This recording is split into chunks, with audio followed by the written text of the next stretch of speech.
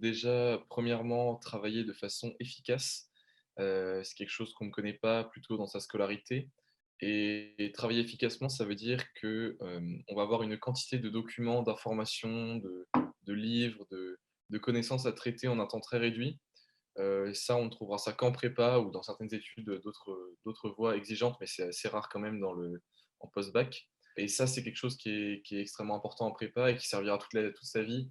Quand on reçoit un feuillet de 30 ou 40 pages à faire, à traiter du jour pour le lendemain ou même en 1 heure ou en 2 heures, si on n'a pas fait cette classe préparatoire, ça va nous inquiéter déjà et on ne sera pas forcément en capacité de le faire. Donc, première chose. Deuxième chose, évidemment, une résistance à la pression. Résistance à la pression, ça veut dire, en prépa, on va avoir, pareil, une quantité de travail énorme à fournir. Au début, ça peut être déstabilisant, stressant, et grâce à la prépa, on aura toujours, cette sérénité de se dire que de toute façon, le travail sera fait à temps, ou du moins il sera fait en grande partie. Ça, c'est quelque chose qu'on apprend aussi en prépa, et qui nous sert aussi et qui sert ensuite également, quand on a fait prépa et qu'on voit avant ce qu'on faisait ou ce qu'on fait maintenant, ça n'a rien à voir et dans tous les cas, on a ce recul sur le travail pour se dire que de toute façon, ça se passera bien. Et puis aussi, ce qu'on a appris en prépa aussi, une forme de solidarité entre les personnes et puis, qu'on retrouvera plus tard dans les organisations, dans les entreprises où on travaillera. Une solidarité dans le travail et puis dans la difficulté et ça, je pense qu'on retrouve ça, quasiment exclusivement en prépa. Il y en a 2.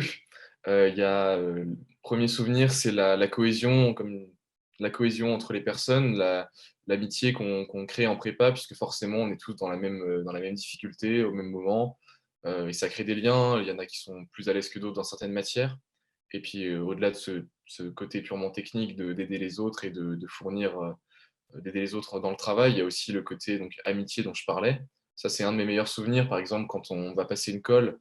Une colle en prépa, c'est un oral ça peut durer entre 20 minutes et 1 heure. Un oral pour tester les connaissances de cours et puis pour nous entraîner à des devoirs plus longs. Moi, j'ai de très bons souvenirs avec des amis, où, forcément, on est tous dans la même difficulté, donc voilà, on rigole un peu avant cette colle, on se soutient, c'est vraiment des très, très bons souvenirs malgré l'échéance après qui arrive. Et puis le deuxième meilleur souvenir évidemment, je dirais que c'est les résultats du concours. Quand les résultats tombent, on a fait 2 ans ou 3 même pour certains à très haut rythme. C'est intense, on n'est pas forcément bien placé dans la classe parce que, ça dépend des prépas une fois de plus, mais quand on est dans une bonne prépa, on peut être mal classé ou en tout cas avoir des difficultés et ce résultat du concours, ça récompense tout le travail effectué. C'est une forme de ouais, c'est une forme de prise en considération de tout le travail effectué, et ça nous rassure évidemment puisque, il faut surtout pas se décourager dans l'année et surtout pas se dire: «Voilà, c'est fini parce que je suis mal classé en telle ou telle matière». C'est vraiment le concours qui fait la différence entre les candidats évidemment et puis qui fait les admissions et ça donc évidemment très, très bon souvenir également.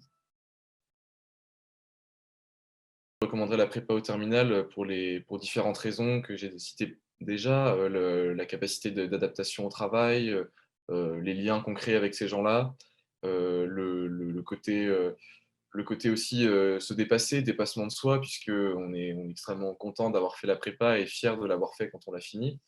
Et puis aussi parce que, du point de vue des connaissances et puis des apprentissages, c'est là un parcours extrêmement exigeant et c'est le parcours où on va en apprendre le plus en 2 ans.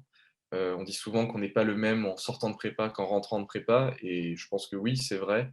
Nos opinions changent, nos points de vue et ça, c'est dû à toutes les connaissances qu'on engrange et puis à toute cette culture générale, qui nous est apportée. On fait beaucoup de philosophie en prépa. Dans ma voie, en tout cas, moi, j'étais en économie option commerciale, en voie économique option commerciale. On fait beaucoup de, oui, culture générale, du français, beaucoup de langues. On fait pas que des mathématiques, on fait beaucoup d'histoire aussi et ça, c'est déjà des thèmes qui sont passionnants. Une fois qu'on est dans le cours, c'est extrêmement intéressant et au-delà de ça, pour soi, c'est une forme de développement personnel et de construction de soi. c'est l'idée que les prépas, apprennent seulement par cœur et qu'ils recrachent tout ce qu'ils ont appris par cœur, au concours ou aux différents devoirs et que c'est comme ça qu'ils arrivent à avoir de bonnes écoles et c'est comme ça que ça fonctionne. Ça fonctionne pas du tout comme ça.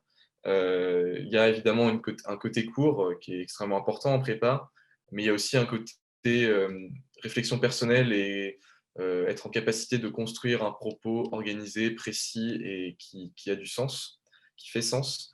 Et ça, si on apprend seulement par cœur, on n'est pas en capacité de faire une bonne dissertation, un bon devoir. Et bien souvent d'ailleurs, la prépa, ça sert aussi à sélectionner l'information et on peut apprendre énormément par cœur, mais la plupart du temps, les gens qui vraiment, performent au concours ou aux différents devoirs, ce sont les gens qui, ont cette capacité à produire un propos qui fait sens et à sélectionner les exemples, avoir un bon exemple très précis et avec bien développé.